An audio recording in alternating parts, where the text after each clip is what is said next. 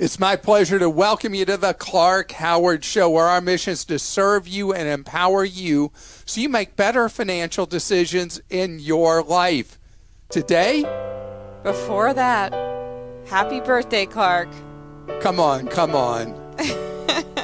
It's your birthday, and we celebrate you. What's that you say? Now that I'm 67? I had to acknowledge it. So happy birthday. I hope you're going to have a great rest of your day after this. I know you're talking about, some stuff that you're very interested in first, but I had to interrupt you. I apologize. Well, thank you. And it's the one day I break my treat day rule where I will eat sweets. I'll eat a piece of cake on my birthday because I hurt my wife's feelings years ago when I wouldn't break training and have birthday cake on my treat day is Sunday, and so I will actually put on the calories of well, cake. enjoy. Every year of Clark is great for everybody around and everybody listening. Do you know my favorite kind of birthday cake? Is it the caramel That's cake? right. Yeah. But I have no idea what yours is. I'm a terrible person. No, you're not. What's yours? I like fresh fruit with whipped cream is my favorite. That's why I don't know what kind of cake you like. Well, I love cake, but I don't eat cake. You have to drive me crazy by always being so. My favorite kind of cake is an entire cake, not just a slice of cake. So I just stick with But you fruit. are so mega healthy. It's like I try. I'm always consumed with guilt about how like if we go to lunch together, you got to know this. Christa will order this stuff that I don't even know what it is. Oh, my gosh. It's true. All this healthy stuff. Like we go to one of those make-your-own salad places, and I feel like I'm making great progress having romaine lettuce and cucumbers, tomatoes, that kind of stuff. That's great. Vegetables, yeah. Yeah, but then you do all this stuff. I don't even know what it is. Oh, well. Okay. And then you're having fruit for your birthday instead of cake. I can't handle cake. I'm one of those people. Okay. Well... So I got all distracted here. I want to talk about something that is actually near and dear to my heart, and that's you being an entrepreneur. And later, okay, this is crazy. We haven't talked about this in years. People that are choosing to live on cruise ships is a more affordable place to live than living on land. It actually is possible, but it requires some unusual sacrifices. So there's new data reported on by The Economist magazine about how people have made a fresh start on working for themselves. We went through a period of time that went on following the Great Recession where people were looking for absolute security in work. And they were very heavily gravitating to working for those big bureaucratic companies. And if you're a longtime listener to me, you know how frustrated I am by big companies. I call them that they all become dinosaurs because it seems the larger a company gets, the more it loses focus on a customer, the less authority it gives its employees to solve problems. And essentially, the larger a company gets, the smaller its brain becomes. And at the same time, I'm a natural entrepreneur. I am a serial entrepreneur. I've started so many different businesses over my lifetime. And I believe in it so much that if you see a need in the marketplace for a service or product or whatever, being there, being the one that provides that can provide a really good living for you and meets a need in the marketplace. But somewhat I've fallen on deaf ears over the period of time that the Great Recession happened and years after. But now The Economist reports that we're into being an entrepreneur again big time. The number of business formations significantly up, and this is absolutely great, what they refer to as new businesses springing to life. The market conditions are so good to do it because there's so many spaces available, but then there's so many things that you can start off right from your own apartment or your home, and you don't have rent. There are so many things you used to have to have big outlays of cash for now, starting your own business, you don't have to. You can hire gig workers to do different things for you. You need to create a logo for your business? You can do that and hire someone to do that. I mean, there's all these different things now that make it much, much easier for you to start your own business. And number of firms up quite a bit. Nobody more than France, of all places. 70% more startups than there were back in 19 or earlier. I mean, people are really into it. In the United States, we've had a big uptake in starting new businesses. And if there's something you see, like, why do they do it this way? You know, you're out and about just as a customer. You're like, why don't they do this? Why do they do that? And you're like, I'm the one that can make that difference. I'm the one that can make that change. I'm the one that can serve the marketplace better. And get out there and do it. Because there's no time like the present. I don't want you later, shoulda, coulda, woulda, start your own business, when the opportunity could be right here, right now. By the way, Wallet Hub did a list of the cities in the country that are the best to start a new business. And Orlando, number 1. Miami, Florida, number 2. Number 3, Laredo, Texas. I wonder what their methodology was and how they came up with those as 1, 2, and 3. But there are a big concentration of cities in Florida in the top 10. In addition, Tampa and Jacksonville both made the top 10 of places that are ripe, that are right where you want them to be able to start your own business. Even though, as you just talked about recently, it's an expensive place to live with insurance. Florida is, and well, for housing, Florida has become really expensive. Okay, we'll go to some questions now, and this one ties right in from Kim in Texas. I am self-employed and have filed my business as an S Corp recently. I'm the only employee. I have no retirement savings, and I am 59. What would be the best retirement account through an S Corp with me as an employee? So since you're a one-person entity, there's a really great thing that can help you catch up on a lot of your savings. It's called a self-employed or solo 401k. It works like a big employer 401k, except doesn't have all the costs with it. It's like it's almost like a different version of an IRA, but just made to order for a one-person company.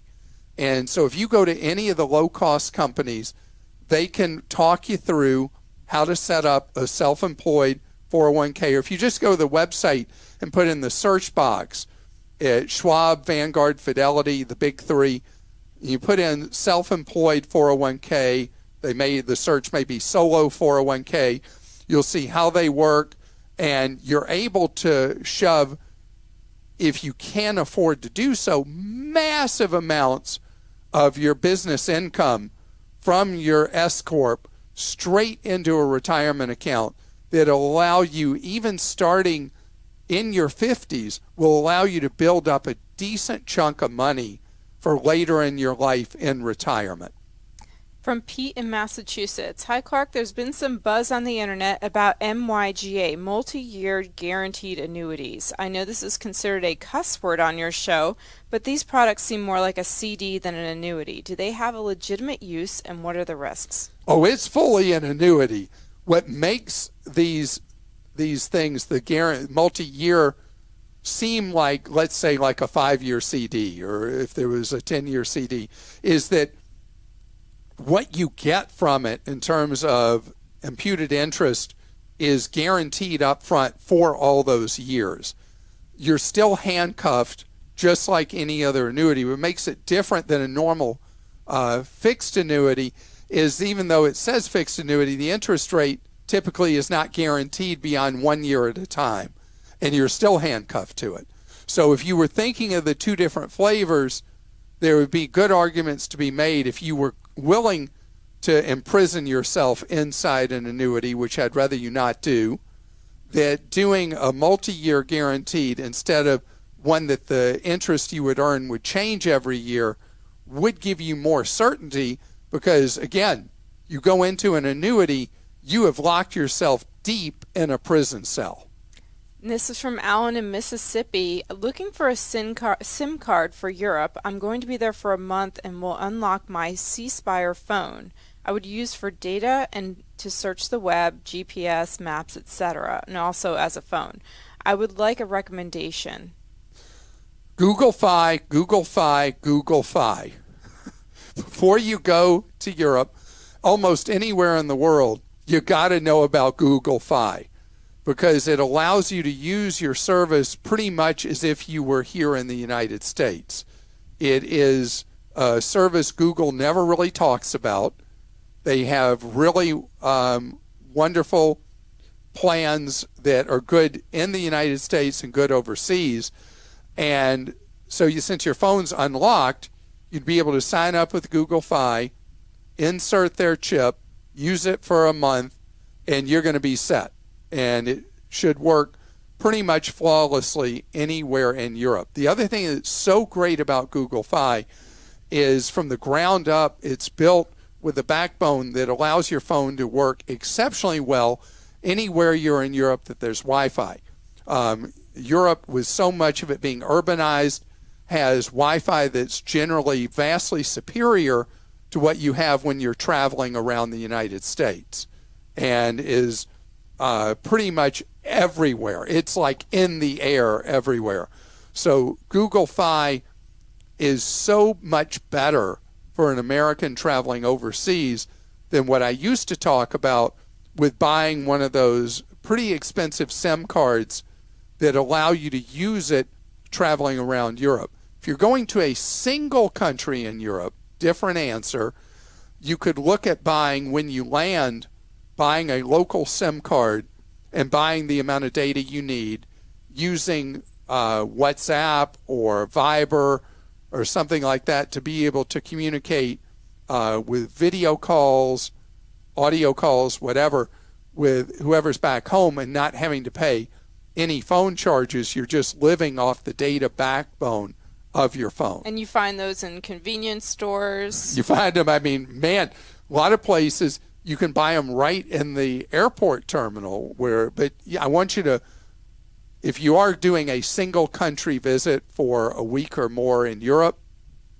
I want you to go online before you go, see what cell phone services there are in that one particular country, see what prices they offer for a data plan that includes unlimited texting, and you're going to be set.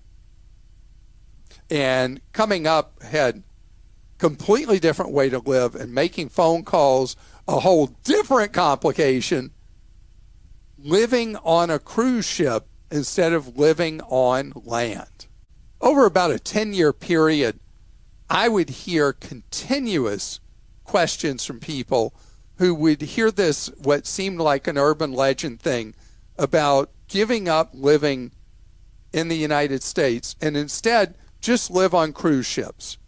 Typically basing yourself in Florida, and that would be your state of residence, but that was only for strategic purposes because you were booking all your cruises and going cruise ship to cruise ship to cruise ship, or even staying on the same cruise ship over and over again. And I remember first time I actually met somebody who was doing this was on a cruise about 8 years ago when I met this nice lady who was living on one particular ship, and she just lived on that ship year round. And there are a number of people who do this. It's not like it's thousands, but there's a significant number of people who found it works for them. And so they spend a lot of time figuring out what to book and all that. And the greatest savings are if you give up any residence at all. And if you ever have a situation where you need to stay on land for several days or a week, you got to go doctors or whatever, you just stay in a hotel or you stay with friends or whatever. Because on the ship, you got your entertainment, you got your housing, you got your meals. And you also end up usually in a really, really tiny cabin. And the way it plays is that people that are living on a cruise ship tend to book the cheapest cabin category, which is an inside stateroom. That means no window to the outside, nothing like that. And the cabins will usually be about 125 to 160 square feet. The bathroom you have, including a shower, is not much bigger than a big bathroom on an airplane. Not like the small bathrooms on an airplane, but the bigger one that they have typically for people who are more infirm, where airlines will usually have one bigger bathroom. It'll be a little bigger than that and have a shower, sink, and a toilet in that little space. I mean, it is not for the faint of heart to live in an inside cabin. But somebody who is sailing regularly on a cruise line, not necessarily the same cruise ship, they then get status with the cruise line. They accumulate points, and then they are eligible for upgrades. And it's completely a shot in the dark. You'll book that very dark inside cabin, and then you show up and you got an upgrade to one with a porthole to the outside, or you get really lucky and get an upgrade to a balcony cabin. But when you start looking at the economics of living on a ship for an extended period of time, if the whole idea is to have a cheaper life than you'd have on land, pretty much you're going to have to book the interior staterooms. Now, I have met people on ships who live on them substantially much or all of a year, and they still have a place on land, and they have means that they are staying in nicer cabins. That's not about saving money. I'm talking about the people who actually live on them for cheaper cost than on land. As for me, I couldn't do it. Christa, I'm thinking your husband in particular. Oh my gosh, it would be man overboard. He would absolutely not survive living, let's just say, 2 weeks on a cruise ship in an inside cabin that was 150 square feet. Not going to happen. Nope, not his favorite way to travel or live for sure.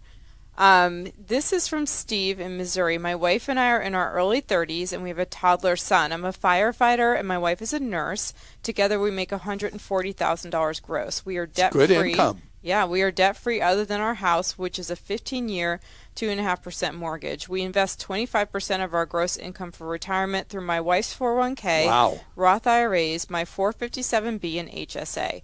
We only buy low-cost index funds. I'm in a unique situation with my job as a firefighter, as I can retire in 13 years with a full pension at 46 years old. I've always been a DIY investor, but the larger our accounts grow, the more nervous I get about making a crucial mistake. I've been considering hiring a fiduciary to help me with the investments and to make sure I'm financially secure to retire in 13 years. I'm just stubborn, and I don't know if it's worth the cost. With my unique situation, is it worth it? Yes, absolutely. Spend the money. And how about you're saving 25% of your pay? 25%. Steve, that's fantastic. And as a firefighter, you're putting your life on the line. That is dangerous, dangerous work. Thank you for being willing to go into a burning building to attempt to save someone's life. That is just more courage than most of us have. And I do want to add a little annex. For a TV story once, I was sent at a fire training center into a fire, and I was in a fire protective suit. Let me tell you, it was frightening, it was hot, and I couldn't see anything. How you do that, I don't know. Thank you for what you do. The pension you get, though, usually firefighter pensions will cover most of the living expenses you'll have and need going forward from 46 years old for the rest of your life, which is phenomenal. the amount of money you've saved, your situation, being an extra early retiree, open up the wallet, pay for the guidance and advice. You could do several different things, but two in particular I think are worth you looking at. I like you talking with the Garrett Planning Network person, where you pay them kind of like hiring an accountant or a lawyer to look at your situation and give you guidance and advice. It can be just hit or miss, or it can be a regular thing where you go for checkups. You could also hire an XY Planning Networks person where you pay them an ongoing subscription basically to give you ongoing guidance about your money. Doing either of those would be very worthwhile because of your age. You're 33 now. You're on a great trend line. You're saving money very well. You carry basically no debt other than this ultra low rate mortgage. I want you to keep on doing what you're doing, but doing a checkup with an independent expert who is there just to work for and represent you, I think is a great idea. And this is from Jill in Wisconsin. Is it worth getting the Plus membership with AAA? It would only be for one person. All right, so AAA, the fees and the exact way the memberships work vary from one region of the country to the other.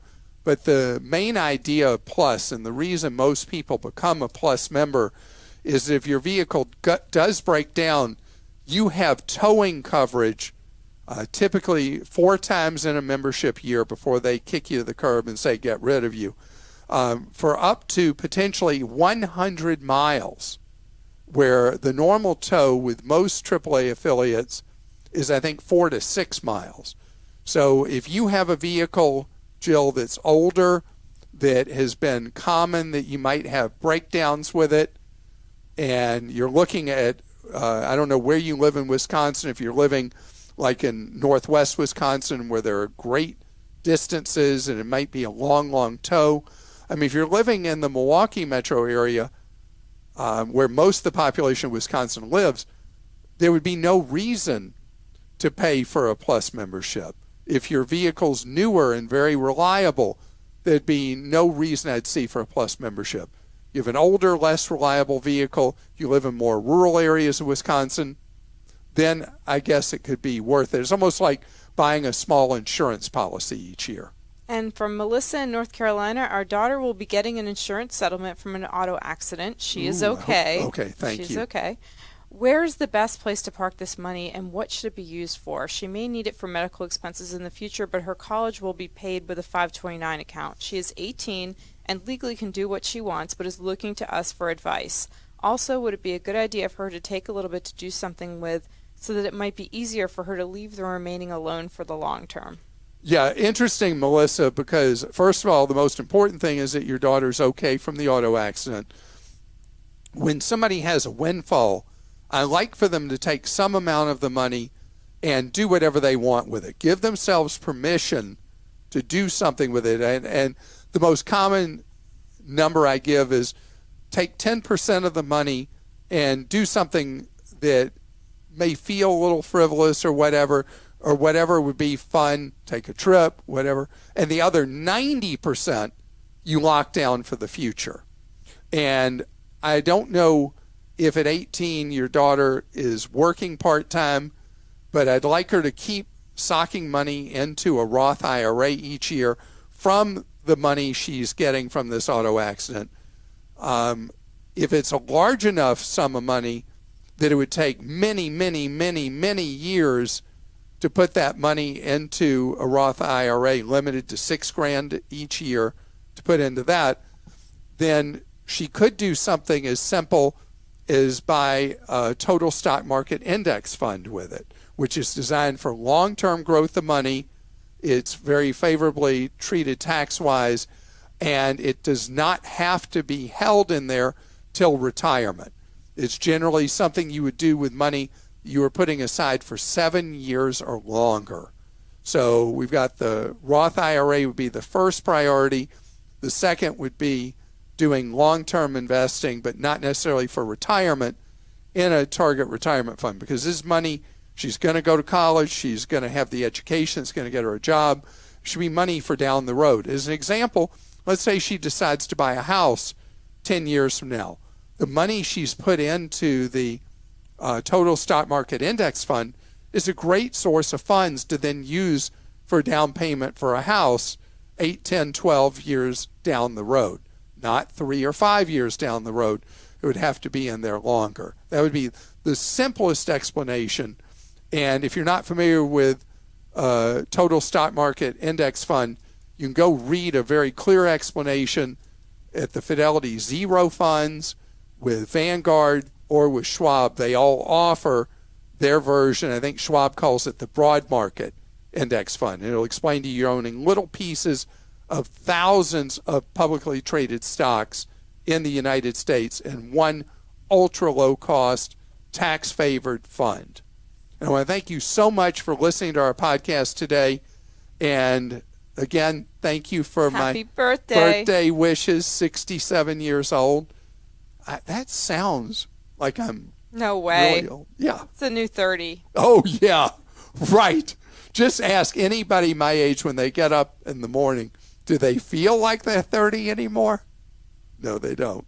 But if you want to give me a gift, the gift you can give me is to save more for your personal financial security and your future.